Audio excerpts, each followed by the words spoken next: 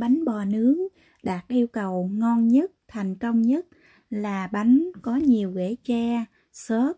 Quan trọng là phải mềm dịu, không bị khô, để qua ngày hôm sau bánh vẫn mềm.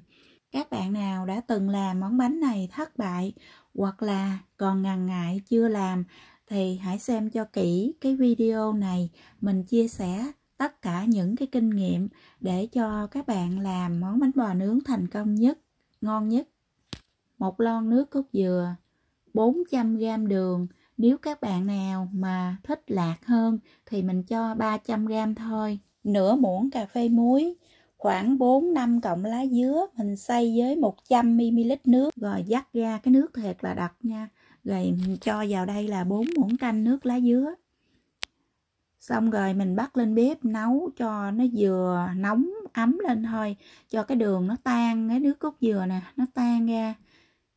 Tại vì nước cốt dừa mình để lạnh á, ở xứ lạnh á, thì nó đông đặc lại như vậy.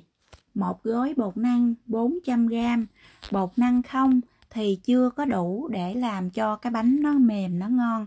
Rồi mình sẽ pha cái bột gì các bạn xem tiếp nha. 10 cái trứng gà. Nếu trứng thiệt là lớn thì mình cho 8 trứng thôi.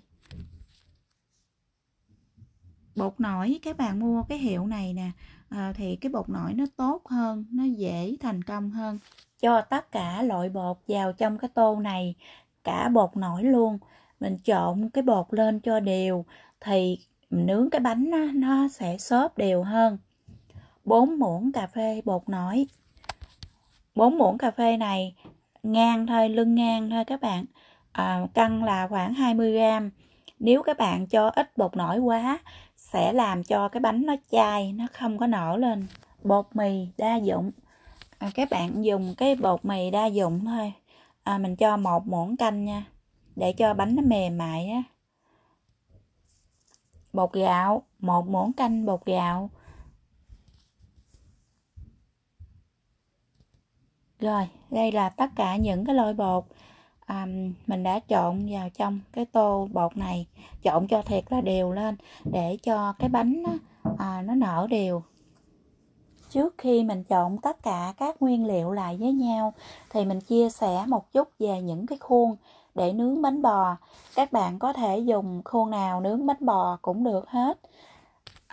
Bánh bò nướng muốn cho có cái rễ tre nó lớn đẹp á, thì mình cần những cái khuôn dày, có cái độ dày cao thì mình nướng nó đẹp.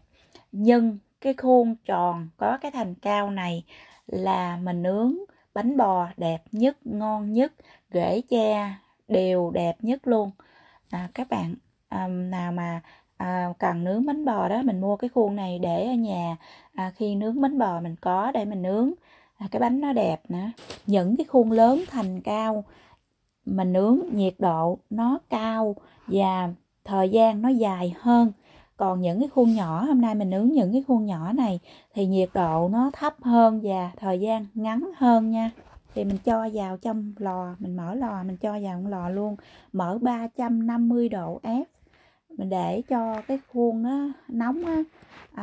Mình mở lò mình để trước đi, rồi mình đi trộn những cái nguyên liệu lại với nhau là lúc đó tới lúc đó là cái khuôn nó đã nóng rồi.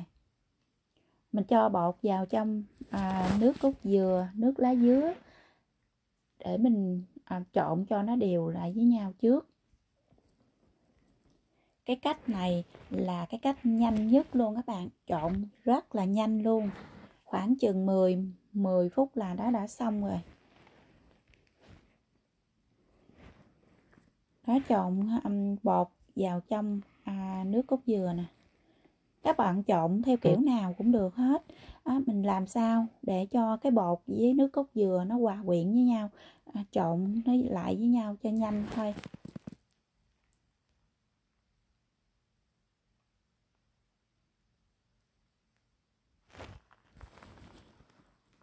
Đó, nó còn hơi cái bột nó lợn cợn á, cũng không sao hết các bạn. Một lát nữa mình cho trứng vào thì mình lượt lại nữa, mình còn lượt lại. Và các bạn nên lượt một lần thôi để cho cái thời gian nó ngắn lại, đừng có lượt 2 lần, làm cái gì cho mất thời gian. Để mình dùng cái nĩa đó, mình đánh mình làm cho cái trứng nó tan đều, nó bể ra thôi. Rồi cho vào trong cái phần bột với nước cốt này luôn đó, trộn cho cái trứng nó đều, nó hòa quyện với cái bột nha. Rồi trộn cho nó đều ra, xong rồi mình mới đi lượt lại. Tới đây mình chia sẻ một cái kinh nghiệm để cho món bánh bò nướng này thành công nhất. Đó là cái lò nướng. Ngoài cái bột nổi ra, cái bột nổi mà các bạn dùng cái bột nổi đúng đúng cái bột nổi tốt thì cái lò nướng là quan trọng nhất luôn các bạn. Để món bánh bò mà nó thành công là phụ thuộc vào cái lò nướng, cái nhiệt độ nướng của mình đó. Cho nên món bánh bò nướng thất bại hay là thành công đều phụ thuộc vào trong cái nhiệt độ lò nướng hết luôn. Còn cái khâu mà mình trộn bột, mình lượt bột đều không quan trọng các bạn. Các bạn làm trộn bột, lượt bột như thế nào cũng được hết, không có vấn đề gì hết. Chỉ có phụ thuộc vào cái lò nướng. Cho nên các bạn hiểu ý cái lò nướng của mình như thế nào thì mình chỉnh cái nhiệt độ đúng là cái bánh bò mình thành công. Còn chỉnh sai cái nhiệt độ cao một chút thôi là cái bánh bò thất bại liền luôn. Để mình lượt hết luôn cái trứng. Cho 2 muỗng canh bơ mình đã hơ cho nó nóng chảy rồi, mình cho vào, quậy cho cái bơ này, khuấy cho cái bơ này nó đều với nhau. Các bạn khuấy cái bột á, trộn cái bột á, nhớ trộn nhẹ tay nha, trộn nhẹ tay theo một chiều thôi. Cái khuôn đã nóng rồi, mình nhớ là thoa dầu cái khuôn để chống dính nha. Rồi mình lấy cái gỗ nè, mình có cái lỗ tròn tròn đó, cái nào cũng được, mình có cái lỗ tròn tròn đó thì mình rây nó vô trong cái khuôn. Lúc này cái khuôn rất là nóng á, mình rây khoảng chừng hơn nửa khuôn thôi là được rồi. Mình cho vào trong lò nướng luôn. Nhớ xịt dầu để cho cái khuôn nó không có bị dính. Rồi những cái khuôn nhỏ này thì mình đổ vào luôn. Nó không có cần rây gì hết, tại vì không có cái đồ rây nhỏ đâu. Mình cho thẳng vào luôn. Cái khuôn rất là nóng á.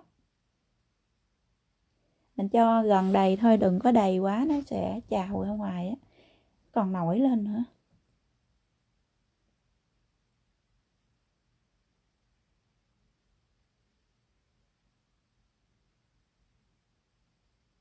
Rồi bây giờ là mình cho vào trong lò nướng luôn nè. Đó, lúc này mình sẽ hạ lửa xuống còn 325 độ F thôi. Rồi mình nướng đến khoảng 35 phút là mình thấy cái bánh nó có cái màu vàng, nó không có còn nổi nữa, không còn nở nữa thì mình sẽ hạ xuống tiếp là 250 độ F. Mình nướng trong vòng 15 phút.